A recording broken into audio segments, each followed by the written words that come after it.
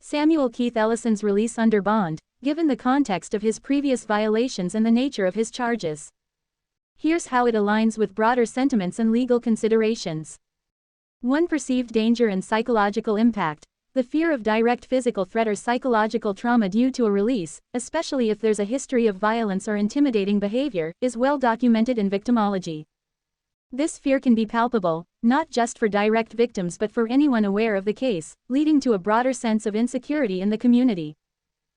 2. Potential for retaliation. This concern is particularly relevant if Ellison has shown tendencies towards revenge or has made threats, explicit or implied, which could be inferred from past behaviors or statements.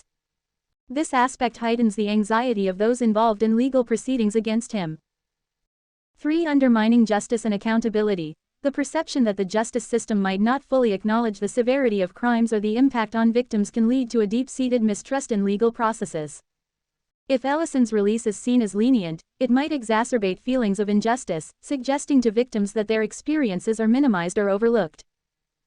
4. Community safety and lack of accountability. When conditions of release are violated repeatedly without stringent repercussions, it sends a message that the justice system might not enforce accountability.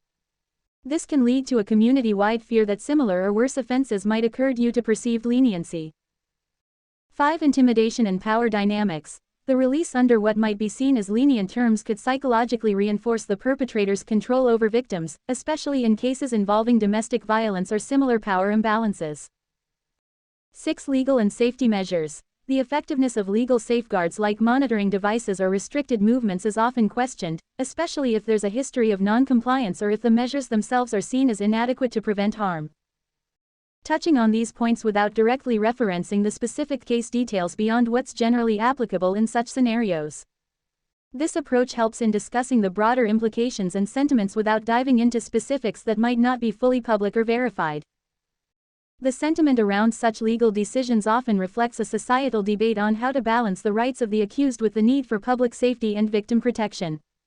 Critics might argue that repeated violations of bond conditions should lead to stricter enforcement or detention, emphasizing the protection of the community over the rehabilitation of the individual, especially where the potential for harm remains significant.